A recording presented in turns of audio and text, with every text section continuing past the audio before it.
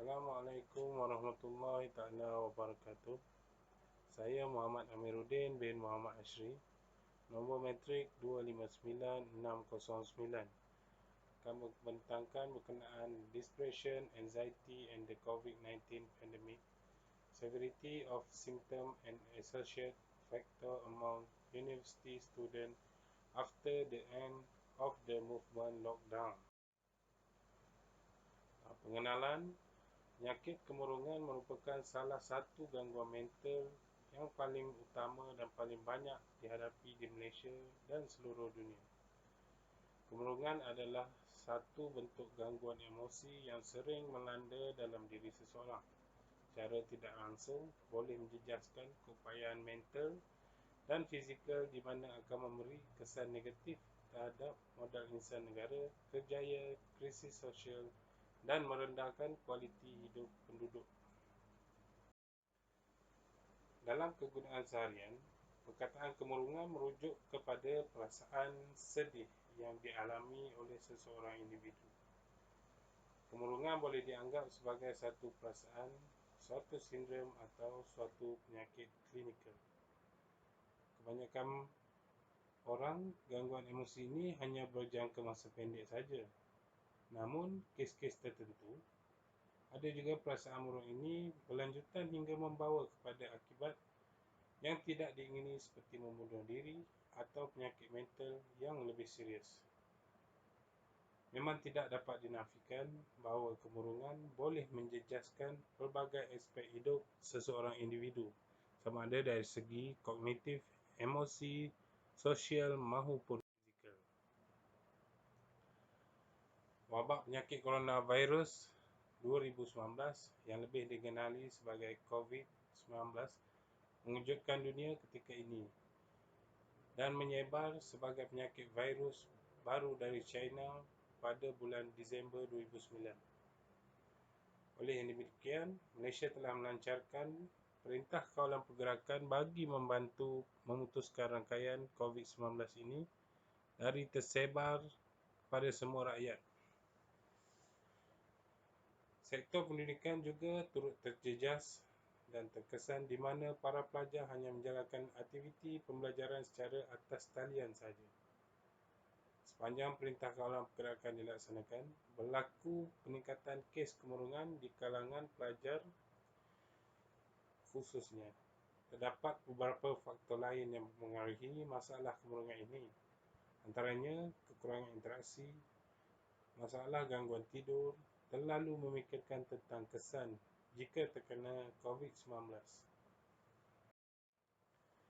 Disebabkan hal ini, ia akan mempengaruhi pemikiran seseorang dan akan membawa kepada peningkatan kes kemurungan. Dengan adanya Perintah Kawalan Pergerakan, segala aktiviti ekonomi terjejas sehingga menyebabkan sektor pekerjaan turut terjejas.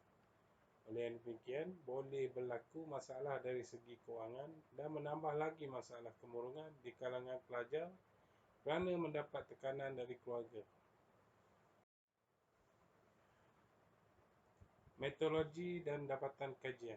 Populasi sumber sampel adalah daripada semua pelajar universiti dari Fakulti Perubatan Universiti Awam Malaysia yang terletak di Lembah Kelang, di wilayah Semenanjung Malaysia, Negeri Pulau Pinang, Kelantan dan wilayah utara Semenanjung Malaysia. Peserta yang mengambil bahagian dalam kajian ini terdiri daripada 3 institusi awam, antaranya Institut Perubatan dan Pergigian Lanjutan, USM yang berpusat di Negeri Pulau Pinang di Barat Laut Semenanjung Malaysia, Sekolah Sains Perubatan dan Pusat Pengajian Kesihatan USM yang berpusat di Negeri Kelantan di Timur Laut Semenanjung Malaysia dan Fakulti Perubatan Pusat Perubatan Universiti Kebangsaan Malaysia yang berpusat di Lembah Kelang, Semenanjung Malaysia. USM mempunyai kira-kira 28,300 pelajar, sementara UKM mempunyai kira-kira 20,605 pelajar dari semua negeri di Malaysia. DAS 21 adalah alat yang dikendalikan sendiri yang digunakan untuk menilai keparahan kemurungan, kegelisahan dan gejala tekanan psikologi. cadangan untuk membaiki isu yang dipilih. Berdasarkan kajian yang dilakukan, terdapat beberapa cadangan yang boleh dilaksanakan bagi membantu mengurangkan masalah kemurungan di kalangan pelajar. Pertama, pihak berkuasa pendidikan tinggi harus mengatur dan mendorong penggunaan aplikasi sosial dalam talian untuk tujuan pendidikan demonstrasi dan perbincangan untuk kelas dalam talian yang lebih interaktif dan sesi praktikal atau klinikal.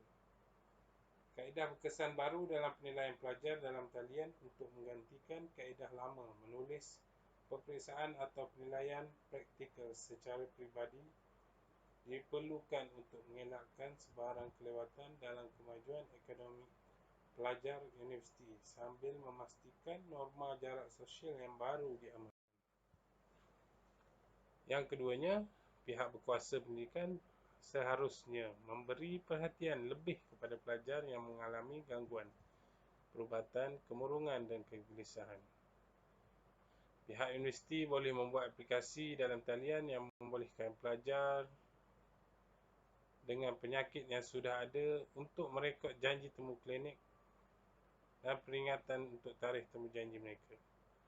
Sosial sokongan keluarga dan rakan adalah faktor perlindungan penting dalam kemurungan dan kegelisahan semasa wabak jangkitan. Interaksi sosial yang kerap melalui konferensi video dan aplikasi persidangan web harus digalakkan oleh pihak berkuasa. Kesimpulan, kajian ini menunjukkan bahawa kemurungan, kegelisahan dan tekanan telah banyak berlaku di kalangan pelajar universiti semasa pandemik COVID-19, walaupun setelah kawalan pergerakan dimasukkan. Tambah lagi, stres yang berkaitan dengan COVID-19 seperti kekecewaan akibat kehilangan rutin harian dan gangguan kajian dan faktor klinikal seperti mengalami gangguan perubatan, kemurungan dan kegelisahan yang ada sebelumnya, menyebabkan pelajar mengalami kemurungan dan kegelisahan. Sokongan sosial keluarga dan rakan dalam kursus berkaitan perubatan dikaitkan dengan kemurungan dan kegelisahan yang lebih rendah.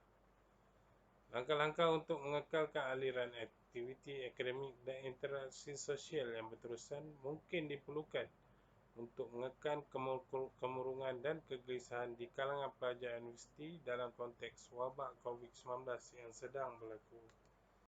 Sekian, terima kasih.